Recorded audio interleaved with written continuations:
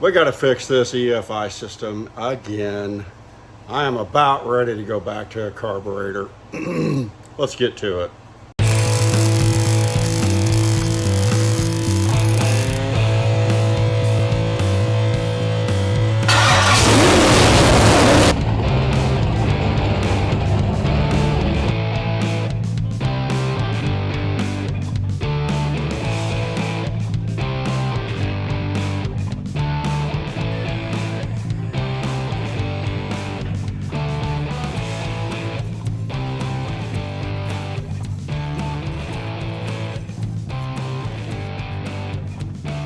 Let's get in the shop and build something.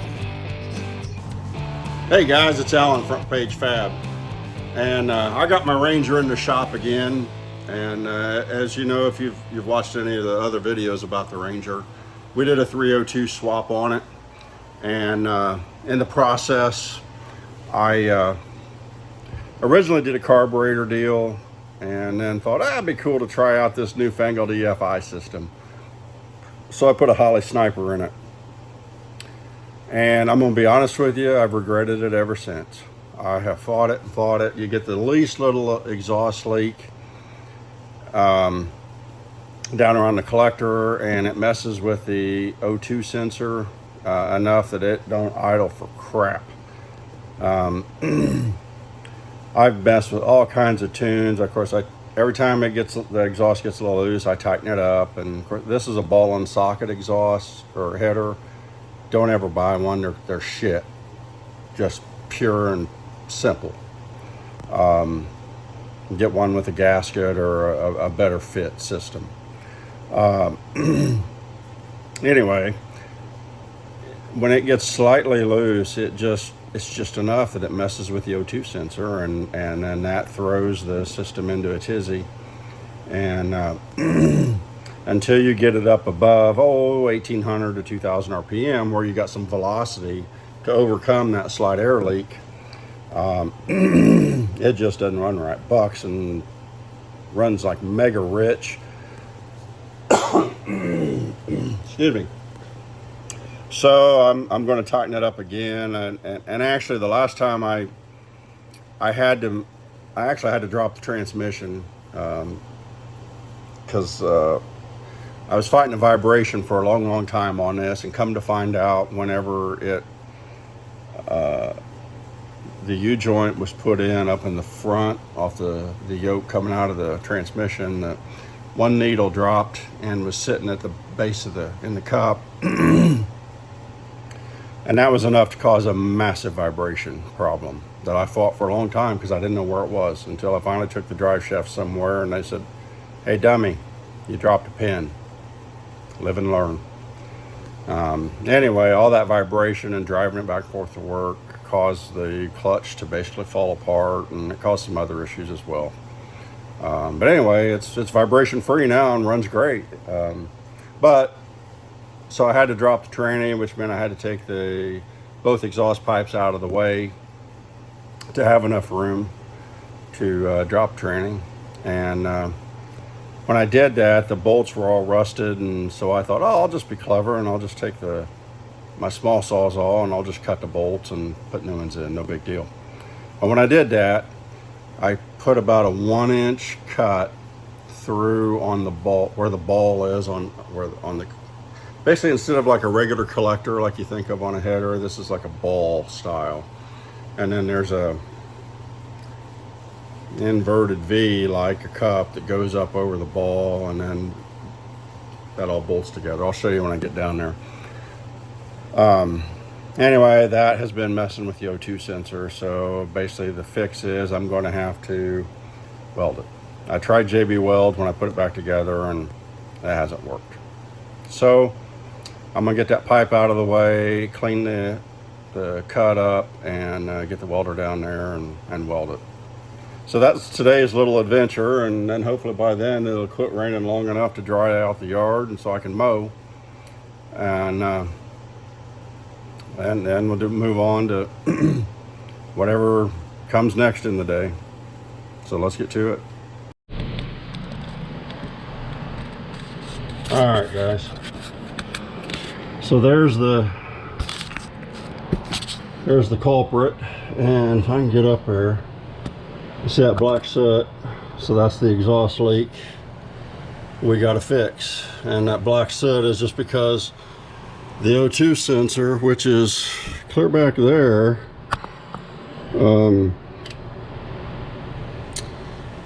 is getting an erroneous reading from there. Now I know they say they're supposed to be closer, but I really couldn't get it closer. I got the starter in the way there. I didn't want to have it there by the bell housing, so there really wasn't a way to put it any closer. So anyway, that's what we got to get out. So I'm going to get after it.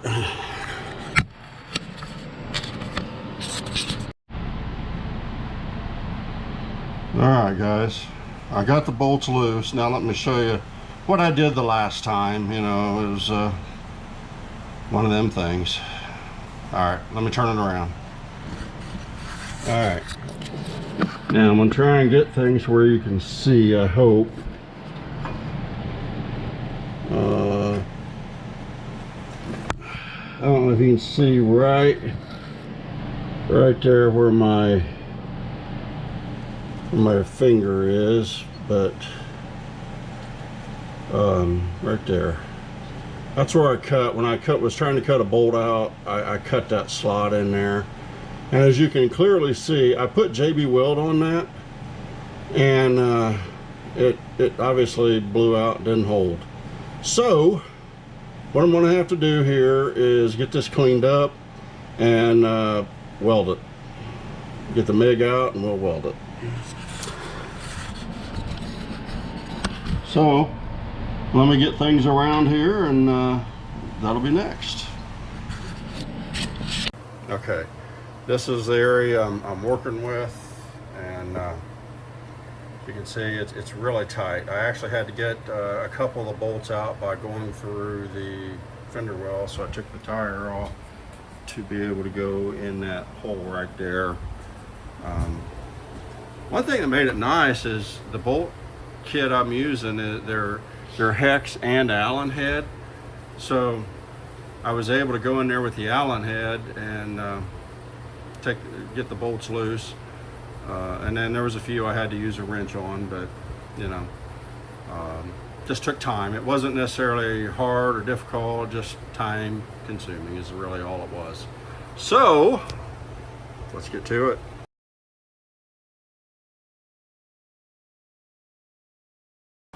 All right, just going to give you a quick update.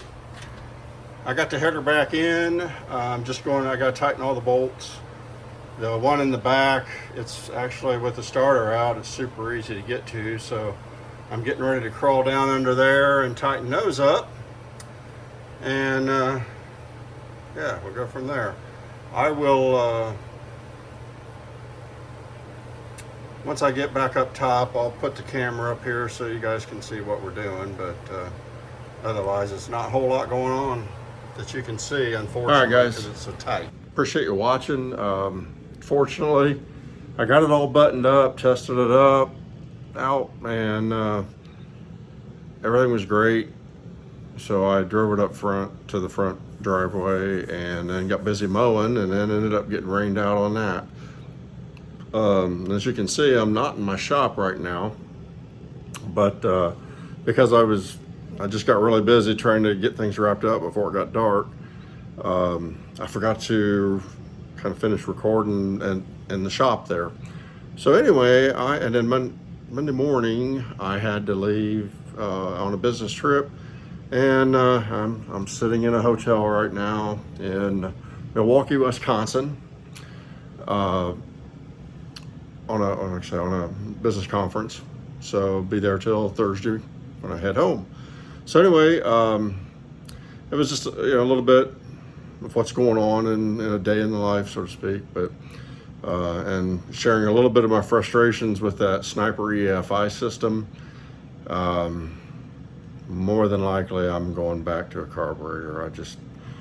I'm tired of fighting it, and even if I pay $400 to have somebody tune it, you're still going to deal with, if you get in a little exhaust leak or something like that, throwing it off. So it's highly probable that we're going to take this back to a carburetor, unless somebody can point out something that I'm missing, that would cause me to change my mind and leave it in, and maybe pay somebody to tune it, because I've tried everything I can think of going through the tuning and whatnot, and I just can't seem to get it there. Mainly it's the idle to 2000 RPM area that I really struggle with, and I just get terrible fuel mileage.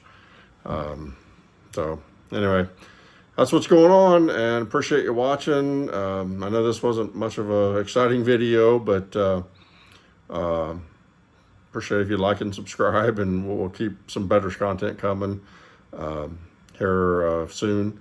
Got a couple ideas of some things I'm maybe going to start building. So just stick around, stay tuned, and subscribe so you get notified when those videos come out. Thanks, have a great one.